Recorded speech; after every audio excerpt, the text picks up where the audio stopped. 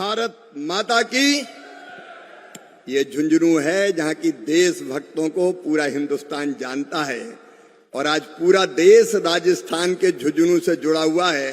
तो एक बार ऐसी जय की गुंजार हो कि पूरा हिंदुस्तान जान ले कि आज झुंझुनू में फसल बीमा योजना का ये कार्यक्रम हो रहा है।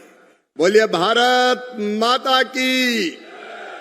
झुंझुनू की सभा में आई बहनों भाइयों की और मेरे भांजे और भांजियों की। अब तो मामा झुंझुनू का भी हूं। मंच पर विराजमान जनता की सेवा ही जिनके लिए भगवान का भजन है, ऐसे राजस्थान के कर्मठ, गतिशील और यशस्वी मुख्यमंत्री, जिनको अभी हम बड़े ध्यान से सुन रहे थे, आदरणीय भजनलाल शर्मा जी, मेरे सहयोगी मंत्री दिनों रात देश में किसानों की सेवा में जुटे हैं, आदरणीय श्री भागीरथ चौधरी जी, राजस्थान के छापामार कृषि मंत्री डॉक्टर किरोड़ीलाल मीणा जी, इस जिले के प्रभारी मंत्री आदरणीय अविनाश गहलोत जी, हमारे वरिष्ठ नेता पूर्व मंत्री राजस्थान सरकार आदरणीय राजेंद्र राठौड़ जी, किसान आयोग के अध्यक्ष सीआर चौधरी जी, जिले की हमारी अध्यक्ष और जिला प्रमुख बहन श्रीमती हरतनी कुल्हारे जी, झुंझुनू के विधायक, रिकॉर्ड बन गया भाई, पहले तो कभी जीते नहीं थे यहां, इस बार 45,000।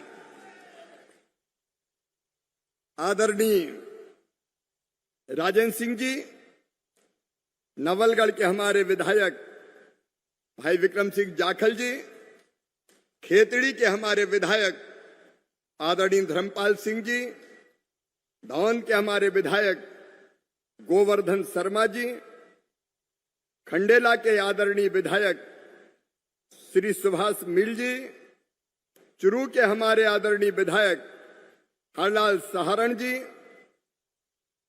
कृषि सचिव देवेश चतुर्वेदी जी, राजन विशाल जी, सुहास महारिया जी मेरे साथ सांसद रहे हैं, प्रेम सिंह जी, सुमेधानंद जी, संतोष जी, नरेंद्र जी, मंच पर विराजमान सभी आदरणीय वरिष्ठ नेता, साथी, पदाधिकारीगण, यहाँ बहनों, भाइयों, बेटे बेटियों, आप सबको दोनों हाथ जोड़ के प्रणाम करता हूं, आप सबको नमस्कार करता हूं। राम राम सा। ये अद्भुत धरती है, झुंझुनू की इस पवित्र धरा को प्रणाम। इस माटी से तिलक करो, ये धरती है बलिदान की, ये वीरों की भूमि, ये सूरों की भूमि, ये बलिदानियों की भूमि है। और आज भी देश की सीमाओं की सुरक्षा करते हुए, भारत माता के एकता और अखंडता की रक्षा करते हुए हमारे सैकड़ों जवानों ने बलिदान दिया है। मैं उनको शीश झुका के प्रणाम करता हूं, उनके चरणों में श्रद्धा के सुमन अर्पित करता हूं। पूजे न गए शहीद, पूजे न गए शहीद, तो फिर ये मंत्र कौन अपनाएगा? तोपों के मुंह से कौन अकड़ छातियां अपनी अड़ाएगा? चूमेगा फंदा कौन, गोलियां कौन वक्ष पे खाएगा? अपने हाथों अपने मस्तक फिर आगे कौन बढ़ाएगा? पूजे न गए शहीद, तो फिर ये मंत्र कहां से आएगा? धरती को मां कहकर माटी माथे से कौन लगाएगा? इसलिए सभी बलिदानियों को बारंबार प्रणाम। जब भी राजस्थान की इस पवित्र धरती पर आते हैं तो शीश श्रद्धा से झुक जाता है और मन आनंद और प्रसन्नता से भर जाता है। लेकिन आज तो मैंने जो दृश्य देखा मुख्यमंत्री जी, हेलीकॉप्टर से राजस्थान के बारे में कहा जाता था, क्या हरियाली कहां देखने मिलती है? यहां तो ज्यादातर रेगिस्तान के दर्शन होते हैं, लेकिन आज मैंने देखा हरियाली जैसे हिलोर ले रही हो चारों तरफ। बरसात भी अच्छी हो रही है, कृषि मंत्री जी बता रहे थे। बरसात अच्छी हो क्यों ना, अरे जब धर्मात्मा राज करते हैं तो परमात्मा भी प्रसन्न होता है। और आपने आज इस पवित्र धरती पर पगड़ी पहनाकर हमारा सम्मान किया है। मैं केवल एक बात का खंडन करना चाहता हूं, मैं मुख्य अतिथि नहीं हूं, मैं मेहमान कैसे हो सकता हूं। कृषि भारतीय अर्थव्यवस्था की रीढ़ और किसान उनकी आत्मा है, और किसानों की सेवा मेरे लिए भगवान की पूजा है। मैं मेहमान नहीं, मैं तो सेवक हूं। किसानों की सेवा अपनी जिंदगी का मिशन है, और प्रधानमंत्री श्रीमान नरेंद्र मोदी जी के नेतृत्व में संकल्प भी कि भारत की कृषि को और भारत के किसानों को दुनिया में नंबर 1 पर ले जाकर ही चैन की सांस लेंगे। किसान भाइयों, आपने पगड़ी पहनाई है। मैं कृषि और ग्रामीण विकास मंत्री के रूप में आपका सेवक आपको वचन देता है, इस पगड़ी का मान, किसानों का सम्मान और झुंझुनू की शान कभी जाने नहीं देंगे, कभी जाने नहीं देंगे। अब प्रधानमंत्री नरेंद्र मोदी जी के नेतृत्व में एक अद्भुत भारत का निर्माण हो रहा है। एक वैभवशाली भारत, एक गौरवशाली भारत, एक संपन्न भारत, एक समृद्ध भारत और एक शक्तिशाली भारत और एक विकसित भारत। अभी मुख्यमंत्री जी कह रहे थे, ये प्रधानमंत्री है नरेंद्र मोदी जी, राजस्थान में पानी ही पानी आने वाला है। एक तरफ यमुना जी का पानी, दूसरी तरफ चंबल का पानी, और सुनो राजस्थान वालों, अब सिंधु का पानी भी राजस्थान की धरा पर आने वाला है। कांग्रेस ने देश के साथ कैसी बेईमानी की थी। पंडित जवाहरलाल नेहरू ने बेईमानी की, कांग्रेस ने बेईमानी की। राजस्थान वालों और देशवासियों, हमारी सिंधु, हमारी झेलम, हमारी चुनाव, इसका 80% पानी पाकिस्तान को दे दिया। हमारा पानी पाकिस्तान जाएगा और राजस्थान में सूखा रहेगा। प्रधानमंत्री नरेंद्र मोदी जी ने कह दिया, पानी और खून एक साथ बह नहीं सकते। वो सिंधु समझौता रद्द कर दिया। पानी भी दिया नेहरू जी ने और पैसे भी दिए। नहरें पाकिस्तान में बने और वहां से आतंकवादी आए और निर्दोष नागरिकों की पहलगांव में हत्या करें। हमारे 26 निर्दोष नौजवान मार दिए गए। धर्म पूछ पूछ के मारा, धर्म पूछ पूछ के मारा। पत्नी के सामने पति को गोलियों से भून दिया गया। बाप की हत्या बेटे के सामने कर दी गई। और तब हमारे प्रधानमंत्री नरेंद्र मोदी जी ने कहा था, दुनिया के दूसरे छोर तक भी आतंकवादियों पीछा करेंगे और ऐसी सजा देंगे कि दुनिया याद रखेगी, दुनिया याद रखेगी। और मेरे बहनों और भाइयों, ज्यादा दिन नहीं हुए, आतंकवादियों के आकाओं के अड्डे सटीक निशाना लगाकर खंडहर में परिवर्तित कर दिए। उनने हमारे 26 निर्दोष नागरिकों को मारा। हमने आतंक के आकाओं की लाशों के ढेर पाकिस्तान में लगा दिए। और जब पाकिस्तान ने हिमाकत की, ड्रोन भेज रहा है हमला करने के लिए, मिसाइल भेज रहा है, ड्रोन मिसाइल, लेकिन उन ड्रोन मिसाइल को बच्चों के खिलौने की तरह हमारी सेना ने टपका दिया, पता ही नहीं चला कहां चले गए। और पाकिस्तान के एयरवेस को गड्ढों में तब्दील कर दिया, परिवर्तित कर दिया। और जब पाकिस्तान को यह लगा कि भारत तो हमारे परमाणु ठिकानों को भी नहीं छोड़ेगा, तो घुटनों पे आ गया और बोलने लगा, त्राहिमाम त्राहिमाम त्राहिमाम, अब हमला मत करो, बात करो, बात करो, बात करो। कोई तीसरा देश नहीं था, केवल भारत और पाकिस्तान के बीच बात हुई। और जब कोई शरण में आ जाए तो यह भारत की परंपरा है, फिर हम उस पर हमला नहीं करते। और तब हमने हमला रोका। लेकिन मेरे बहनों और भाइयों, मोदी जी ने कहा था किसी भी कोने में चले जाएं, आतंकवादियों को छोड़ेंगे नहीं जिन्हें निर्दोषों की हत्या की है।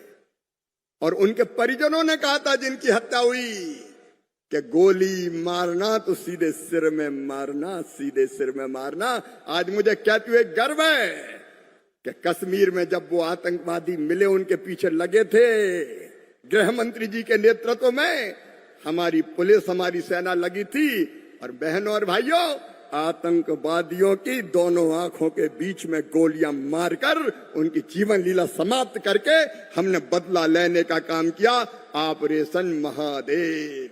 एक बार बोलिए हर हर महान। ये आज का भारत है बहनों और भाइयों, जो दुनिया की आंखों में आंख मिला के बात करता है। और दुनिया सुन ले, पाकिस्तान भी सुन ले, सिंधु समझौता रद्द हो गया है। अब एक बूंद पानी नहीं देंगे, पानी राजस्थान आएगा, मेरे किसानों के खेतों में फसलें लहलहाएगी। देश बदल रहा है, आगे बढ़ रहा है। और किसान भाइयों, आपकी सेवा में भी कोई कसर नहीं है। मैं जानता हूं दिनों रात मेहनत करते हैं आप, खून और पसीना एक करते हैं। अकेले मेहनत नहीं करते, पूरा परिवार मेहनत करता है। लेकिन कई बार कभी बाढ़ से, बरसात से, कभी सूखे से, कभी पाले से आपकी फसलें नष्ट और बर्बाद हो जाती है। कांग्रेस ने कैसी फसल बीमा योजना बनाई थी? कांग्रेस की फसल बीमा योजना में बीमा की इकाई होती थी ब्लॉक, तहसील। मतलब क्या था? मतलब यह था कि एक किसान की फसल बर्बाद हो जाएगी तो राहत की राशि नहीं देंगे, एक गांव की बर्बाद हो जाएगी नहीं देंगे, 10 गांव की बर्बाद हो जाएगी नहीं देंगे। जब पूरे तहसील की फसल बर्बाद हो जाए तब राहत की राशि देंगे। अरे किसी किसान की, एक गांव की, 10 गांव की फसल बर्बाद हो जाए तो वो भगवान से प्रार्थना करे कि हे भगवान सबकी बर्बाद करवा दे, क्योंकि जब तक सबकी बर्बाद होगी नहीं होगी हमें पैसा मिलेगा ही नहीं। शर्म नहीं आती कांग्रेस को? यह कोई फसल बीमा योजना थी? देशवासियों, किसान बहनों और भाइयों, प्रधानमंत्री नरेंद्र मोदी जी के नेतृत्व में हमने ऐसी फसल बीमा योजना बनाई है कि एक गांव के किसानों की फसल भी खराब होगी तो राहत की राशि देंगे। और अब एक परिवर्तन और आदरणीय मुख्यमंत्री जी, कृषि मंत्री जी, हमने किया है कि एक किसान की फसल भी बर्बाद होगी तो राहत की राशि उसके खाते में डाली जाएगी, उसके खाते में डाली जाएगी। राहत के नाम पे ये मजाक करते थे। जनवरी से लेके अब तक 11,000 करोड़ रुपया किसानों के खाते में डाल चुके हैं। और आज जो 3900 करोड़ रुपया, उसमें से 1/3 तो राजस्थान के ये, 1/3 राजस्थान के ये। और राजस्थान के किसान भाइयों और देश के किसान भाइयों, मैं आपको आश्वस्त करता हूं, ये मोदी जी की सरकार है। भगवान ना करे कभी फसल बर्बाद हो, लेकिन अगर कभी ऐसी मौका आ गया तो राहत की राशि में कसर नहीं रखेंगे, क्योंकि हम जानते हैं कि फसल अगर बर्बाद होती है तो केवल फसल बर्बाद नहीं होती, किसान की जिंदगी बर्बाद होती है, बाल बच्चों का भविष्य बर्बाद होता है। इस संकट से मोदी जी के नेतृत्व में भाजपा की सरकार आपको निकाल के पार ले जाएगी। और केवल एक योजना नहीं, अभी भजन लाल जी बता रहे थे आपको, 4.25 लाख करोड़ रुपया प्रधानमंत्री किसान सम्मान निधि के रूप में अब तक देश के किसानों के खाते में डाला जा चुका है। प्रधानमंत्री फसल बीमा योजना में 2016 से अब तक 2,12,000 करोड़ रुपया डाला जा चुका है। और खाद की सब्सिडी, मैं आपको बताना चाहता हूं किसान भाइयों, ये केवल आरोप लगाना जानते हैं। आज आपको यूरिया की एक बोरी 45 किलो की, यूरिया की एक बोरी 45 किलो की ये 266 रुपए में मिलती है। इसकी कीमत है 1633 रुपया 24 पैसा, बाकी मोदी सरकार भरती है। आपको डीएपी की 50 किलो की बोरी 1350 में मिलती है, उसकी कीमत है 3,100 रुपया। और अब तक 14,06,000 करोड़ रुपया खाद सस्ता मिले, इसलिए मोदी जी की सरकार फर्टिलाइजर कंपनियों को दे चुकी है। कोई कल्पना करता है? बहनों और भाइयों, एक नहीं ऐसी अनेकों योजनाएं राजस्थान के किसान भाइयों, हमने योजना बनाई है कि अगर आपकी फसल का ठीक दाम नहीं मिलेगा, एमएसपी भी बढ़ाई। मोदी सरकार ने मोदी जी के नेतृत्व में तय किया कि जो लागत किसान की आएगी उसमें 50% मुनाफा जोड़कर ही हम एमएसपी तय करेंगे। कभी कांग्रेस ने नहीं दी। हम 50% लागत पर मुनाफा जोड़ के एमएसपी तय कर रहे हैं और एमएसपी पे खरीद भी रहे हैं। माननीय मुख्यमंत्री जी यहां बैठे हैं, आपकी जानकारी, मूंग के मिनिमम सपोर्ट प्राइस की कीमत में कितना अंतर है? 2000 रुपया कुंटल। लेकिन मुख्यमंत्री जी, कृषि मंत्री जी ने प्रस्ताव भेजा कि ये मूंग किसानों की खरीदी जाए, तो हमने तय किया राजस्थान के किसानों की मूंग खरीदी जाएगी और 2000 रुपया प्रति कुंटल भारत सरकार उसका बहन करने का। 1 कुंटल 2000 रुपया, कभी सुना है? कोई सोच सकता था? चिंता मत करो रे किसान भाइयों, खूब पैदा करो, अच्छा पैदा फसल करो और खरीदने का काम मोदी जी की सरकार और राजस्थान सरकार मिलकर करेगी। अभी तक पीएम आशा गेहूं की खरीद और धान की खरीद के लिए किसानों के खाते में 43 लाख करोड़ 87,000 करोड़ रुपया डाले जा चुके हैं। ये खरीद जारी रहेगी। और अगर कोई ऐसी फसल है, कई जगह अब सब्जियां पैदा होने लगी, टमाटर पैदा हुआ खराब हो जाए, प्याज पैदा हुई खराब हो जाए, आलू पैदा हुई खराब हो जाए, तो एक योजना और हमने बना दी है, उसको भी ध्यान से सुन लेना। यहाँ कीमत कम है और दिल्ली में कीमत ज्यादा है, यहाँ कीमत कम है और जयपुर में कीमत ज्यादा है, तो चिंता मत करना। जयपुर या दिल्ली बेचने ले आना, राज्य सरकार की किसी संस्था के माध्यम से आप कहोगे कि ट्रक का भाड़ा ही बहुत लग जाएगा, तो ट्रक का भाड़ा आप नहीं चुकाएंगे, मोदी जी की सरकार चुकाएगी, चिंता मत करना। एक के बाद एक नई नई योजनाएं किसान को उसके उत्पादन की ठीक कीमत मिले, इसके लिए बनाने का काम हम कर रहे हैं। और बहनों भाइयों, किसान लूट से बच जाए, इसके लिए नकली खाद, नकली पेस्टिसाइड, मुख्यमंत्री जी एक बिक रहा था स्टूबलाइन, जैव उत्तेजक, 30,000 दवाइयां बिक रही थी, 30,000 दवाइयां, कोई लाइसेंस नहीं, कोई वैज्ञानिक परीक्षण नहीं, लेकिन बिक रही थी। हमने उन सब पर प्रतिबंध लगा दिया है और तय कर दिया है कि जब तक कोई एग्रीकल्चर यूनिवर्सिटी या आईसीआर का जो हमारा संस्थान है, वो जब तक प्रमाणित नहीं कर देगा कि इसका किसान को फायदा है, तब तक बेच नहीं सकोगे। ये हमने तय किया। कुछ लोगों ने ये धंधा ही बना लिया, नकली बेचो, जरूरत नहीं है फिर भी बेचो। खाद लेने गए तो कहने लगे 2 बोतल और ले जाओ। काय की है? बोले तुम्हें इससे क्या मतलब, खाद तभी मिलेगी जब ये 2 दवाई और ले जाओगे। अरे काय को ले जाओगे? मैं ऐसे लोगों को चेतावनी देना चाहता हूं, अगर उन्होंने किसान के साथ ऐसा व्यवहार किया तो हम किसी कीमत पर उनको छोड़ेंगे नहीं। एफआईआर होगी, जेल भेजे जाएंगे। क्यों एक चीज के साथ किसान को जबरदस्ती दूसरी चीज दोगे? और अभी हम तैयारी कर रहे हैं, मुख्यमंत्री जी, अभी हम तैयारी कर रहे हैं, ये नकली खाद और नकली पेस्टिसाइड और खराब बीज के खिलाफ एक कड़ा कानून बनाने वाले हैं। हम बेईमानों को छोड़ेंगे नहीं। ये मोदी जी की सरकार है, लगातार उस दिशा में किसान भाइयों काम चल रहा। और एक बात और देश के किसान सुन लें, आज मैं मुख्यमंत्री जी से भी कह रहा था, भगवान न करे कभी बीमारी कोई अपनी फसलों में लगे, लेकिन कई बार जैसे सोयाबीन में एलो मोजिक लग गया, कभी दूसरी बीमारी आ गई, तो सुनो मेरे भाइयों, एक तो तुरंत खबर करना, एक तो हम फोटो खींच के भी उस फसल की आप भेजेंगे पत्तियों की, तो उस पर भी वैज्ञानिक आपको दवाई बताएंगे कि फलानी दवाई डालो। और दूसरे, तुरंत वैज्ञानिकों की टीम आपके गांव में आएगी, फसल की जांच करेगी और आपको बताएगी कि आपको क्या डालना चाहिए। 16,000 वैज्ञानिक अपने पास, वैज्ञानिक लैब में बैठे रहते थे, कभी लैंड पे नहीं गए, जमीन पे नहीं गए। हमने तय किया वैज्ञानिक लैब में नहीं बैठेंगे, वैज्ञानिक गांव में किसानों के बीच जाएंगे और विकसित कृषि संकल्प अभियान चलाया। खरीफ की फसल में यह चला था, रबी की फसल में भी वैज्ञानिक और कृषि विभाग का अमला राज्य सरकार के अमले के साथ आपके गांव आएगा और आपको बताएगा कौन से बीज चाहिए, माटी आपकी कैसी है, कितना आप खाद डालें, अनावश्यक ना डालें, इसके लिए भी आपको गाइड करेगा।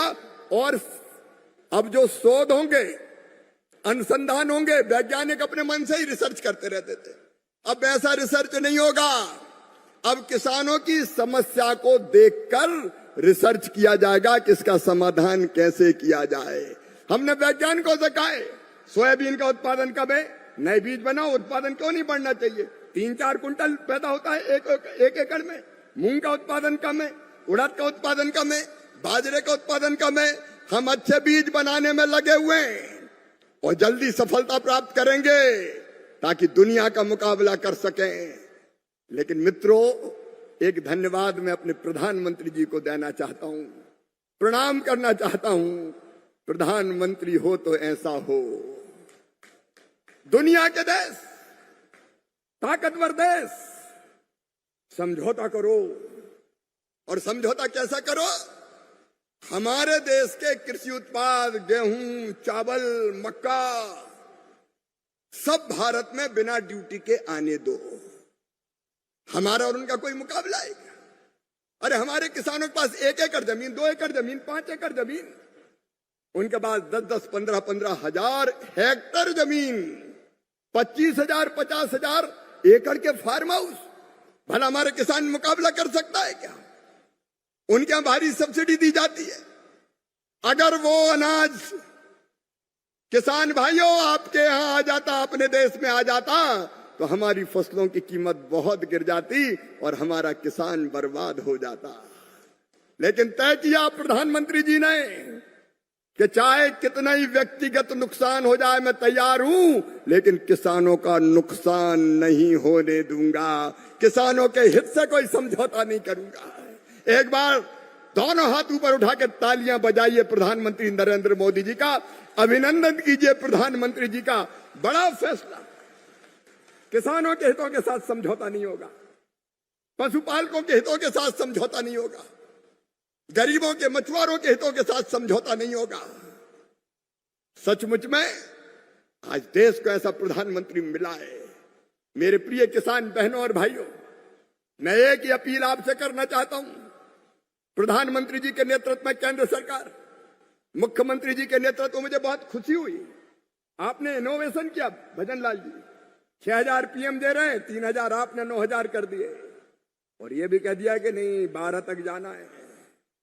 0% ब्याज पे आप कर्जा दे रहे हैं, कृषि मंत्री जी 0% ब्याज पे कर्जा देने का काम कर रहे हैं। और बिजली भी जल्दी आपने संकेत दिया है। ये काम किसानों के लिए जो राजस्थान की धरती पर हो रहे हैं वो अद्भुत और अभूतपूर्व हो रहे हैं। मैं राजस्थान के मुख्यमंत्री जी का और यहाँ की सरकार का अभिनंदन करता हूं भारत सरकार की ओर से। और एक बार ताली बजा के अभिनंदन करो जी। और यह विश्वास दिलाना चाहता हूं, डबल इंजन की सरकार है। हाँ मोदी जी, यहाँ भजन लाल जी, और फिर मामा भी तो है, हमारे कृषि मंत्री जी भी हैं। हम सब लोग मिलके राजस्थान को कृषि के क्षेत्र में और आगे बढ़ाएंगे। आज ही चर्चा मेरी हुई है कि हम राजस्थान का कृषि का रोड मैप वैज्ञानिक आधार पर बनाएंगे। हर एक फसल जो राजस्थान, हर एक कितनी फसलें पैदा होती है, ये सब गोल, जीरा, अलग अलग तरह के मसाले, सचमुच में अगर और ठीक दिशा मिल जाए तो खेती के मामले में राजस्थान भी नंबर 1 हो जाए। कैश क्रॉप यहां पे कई होती, उस दिशा में आप काम कर रहे हैं। वैज्ञानिकों की टीम लेकर मैं भी आऊंगा। हम भी राजस्थान वाले ही मान लीजिए, हम तो सेवक हैं आपके किसानों के, और इसलिए इसमें कोई कसर नहीं छोड़ेंगे। और चिंता मत करना, कोई समस्या हो तो यहाँ की सरकार तो बैठी है, दिल्ली भी दूर नहीं है, मामा का घर भी 12 सफदरजंग रोड है। किसानों के लिए हमेशा तैयार रहूंगा। आप सब किसान भाइयों से मैं एक ही निवेदन करना चाहता हूं। अपने प्रधानमंत्री जी ने एक आह्वान किया है हमसे। आह्वान, हमारी अर्थव्यवस्था दुनिया की चौथी सबसे बड़ी अर्थव्यवस्था है। कभी जिनने हम पर राज किया अंग्रेजों ने, उनको हमने पीछे छोड़ दिया मोदी जी के नेतृत्व में। अब जल्दी तीसरी सबसे बड़ी अर्थव्यवस्था बनने वाला है भारत। लेकिन बहनों और भाइयों, इसके लिए काम आपको भी करना पड़ेगा। प्रधानमंत्री जी ने अपील की है हमसे कि स्वदेशी अपनाओ। हमारे दैनिक जीवन में जिन चीजों का उपयोग करो वो अपने देश में बनी होनी चाहिए। चाहे वो खाने पीने का सामान हो, चाहे वो पहनने का सामान हो, चाहे वो घर बनाने का सामान हो, चाहे तेल साबुन सौंदर्य प्रसाधन हो। हम विदेशी क्यों खरीदें? अरे अपने देश का खरीदोगे तो अपने जो मेरी बहनें बनाती सेल्फ हेल्प ग्रुप की वो सामान बिकेगा, अपने छोटे छोटे कारखानों में बना सामान बिकेगा, घरों में बनने वाला सामान बिकेगा। और वो बिकेगा तो हमारे लोगों को रोजगार भी मिलेगा और हमारा पैसा हमारे देश में रहेगा। बताओ, अपना पैसा अपना देश में रहना चाहिए कि नहीं? एक बार जोर से बोल के बताओ, रहना चाहिए कि नहीं? हमारा पैसा क्यों विदेश जाए? शर्म तो उनको आना चाहिए जो राष्ट्र विरोधी ताकतों के दबाव में आज भारत की छवि खराब कर रहे हैं। क्या हो गया राहुल गांधी जी को? क्या हो गया इंडी गठबंधन को? रोज भारत को बदनाम, विदेशों में जा जाकर भारत को गाली देते। इन्हें देश को बदनाम किया, इन्हें सेना को बदनाम किया। इसी तुक में लगे रहते थे। अपने कितने विमान गिर गए, अपने कितने विमान गिर गए। जैसे गिरे तो मजा आ जाएगा, हाँ भारत के गिर गए, अब तो मोदी फंस गया। ये दूषित मानसिकता है। क्या ये देशभक्ति है? इन्हें देश को बदनाम किया, इन्हें लोकतंत्र को बदनाम किया, इन्हें सेना को बदनाम किया। अरे इन्हें राष्ट्रपति को बदनाम किया। इन्हें पहले ईवीएम को बदनाम किया कि राजस्थान में, मध्य प्रदेश में, छत्तीसगढ़ में मशीन में जीत गए, मशीन में गड़बड़ कर दी। अरे मशीन में कहीं गड़बड़ होती है क्या? और जब पता चला, चुनाव आयोग ने कहा एफिडेविट लाओ, सुप्रीम कोर्ट ने फटकार लगाई तो भाग गए। अब ईवीएम नहीं, अब कहने लगे वोटर लिस्ट में गड़बड़, वोटर लिस्ट में गड़बड़, वोटर लिस्ट में गड़बड़, वोटर लिस्ट में गड़बड़। खुद में दम है नहीं। राजस्थान को बर्बाद कर दिया, पिछली सरकार ने तबाह कर दिया राजस्थान को। और अब जब जनता ने पूरी तरह धराशायी कर दिया तो voter list, voter list, voter list. कब तक रोते रहोगे? अच्छा, वोटर लिस्ट में गड़बड़ है तो ये बताओ, कर्नाटक में तुम्हारी सरकार वोटर लिस्ट की गड़बड़ी के कारण बनी है क्या? तेलंगाना में तुम्हारी सरकार वोटर लिस्ट की गड़बड़ी के कारण बनी है। झारखंड में हेमंत सोरेन की सरकार वोटर लिस्ट की गड़बड़ी से बनी है। हिमाचल में सुक्खू सरकार वोटर लिस्ट की गड़बड़ी से बनी है। और राहुल गांधी तुम जीते हो तो क्या वोटर लिस्ट की गड़बड़ी से जीते हो? प्रियंका गांधी वोटर लिस्ट की गड़बड़ी से जीती है। अखिलेश यादव वोटर लिस्ट की गड़बड़ी से जीते हैं। तेजस्वी यादव वोटर लिस्ट की गड़बड़ी से जीते हैं। ओवैसी वोटर लिस्ट की गड़बड़ी से जीते हैं। स्टालिन वोटर लिस्ट की गड़बड़ी से जीते हैं। ममता बनर्जी की सरकार वोटर लिस्ट की गड़बड़ी से बनी है। अरे मत उड़ाओ लोकतंत्र की धज्जियां, मत करो देश को शर्मसार। नाटक नौटंकी बंद करो।